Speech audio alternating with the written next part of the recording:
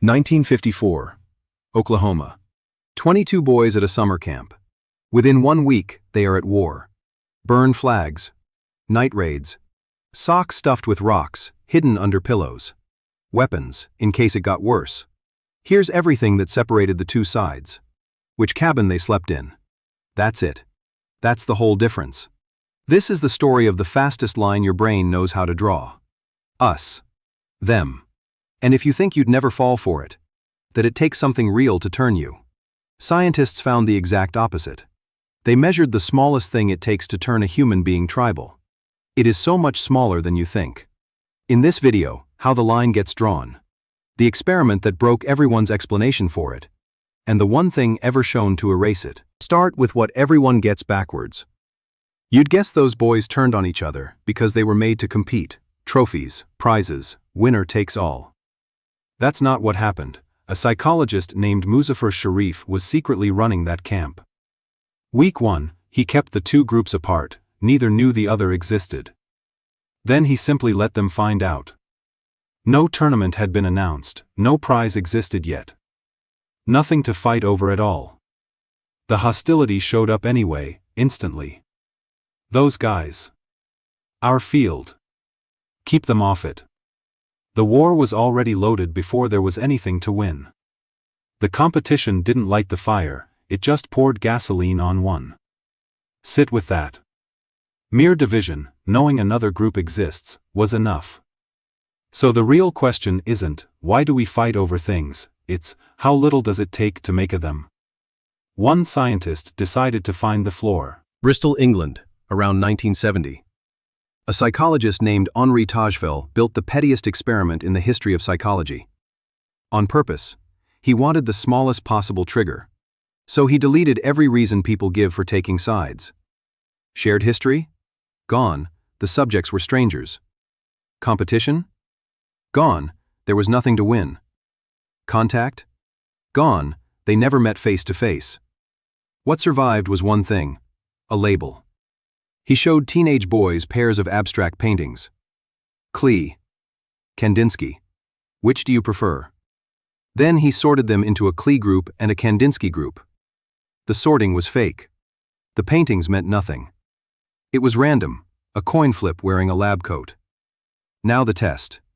Each boy, alone in a room, hands out points worth real money to two other boys he will never meet. He can't give himself anything. Ever. All he knows is one fact about each stranger. My group? Or theirs? He favors his own group. Fine, you guess that. But watch this part.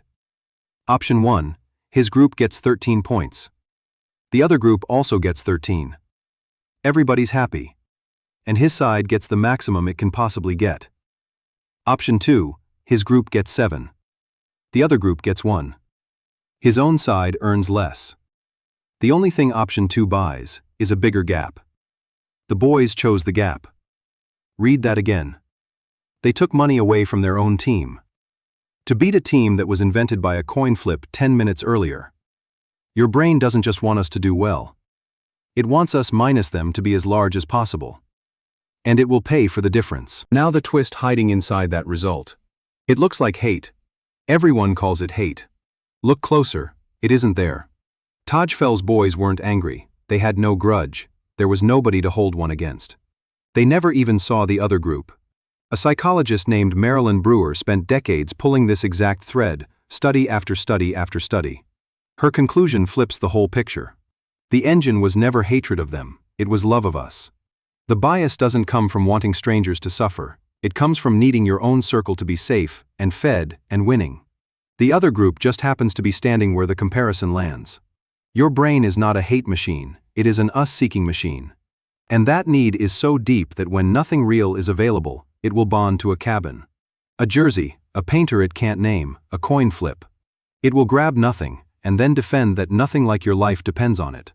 Why would a brain be built like that? Because, for most of human history, it did. Run the tape back 100,000 years. You live in a band of maybe 50 people.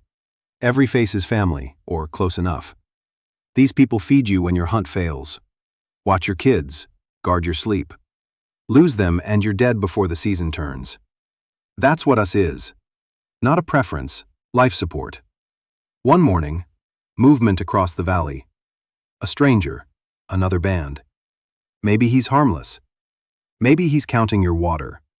Here's the brutal part. You don't get to be thoughtful. The one who stood there weighing the evidence, open-minded, sometimes didn't come home. The one who sorted instantly, us, them, safe, threat, lived to have grandchildren. You're descended from the sorters. You are running sorting software with 100,000 years of 5-star reviews. A man pulls on a team jersey and screams at strangers about a ball. Same circuit, same reflex. It's just pointed at a stadium now instead of a valley. Back to Oklahoma. The camp is at war. Can it be undone? Sharif tried the obvious fix first, contact. Shared meals, shared movies, just mix them. It failed. Worse, it backfired. Every shared dinner became a food fight. Contact gave the war more surface area. Then he tried something else. He quietly broke the camp's water supply. Fixing it needed every boy, both groups, on the same line. Days later, the food truck happened to get stuck. The boys hauled it out with a rope, the same rope they'd used against each other in tug-of-war. And the war just dissolved. Not because anyone preached tolerance. Because the two circles were forced to merge into one bigger circle with one bigger problem. Last day of camp, both groups asked to ride home on the same bus. The team that won the tournament spent its prize money on drinks for the other side. Their wiring never changed. They still needed an us, they just got handed a bigger one. That's the actual answer to the title. You will never stop picking sides. It's load-bearing, it's ancient. The only move you get is the one Sharif found. You choose where the circle ends. So, the person you sorted into them this week.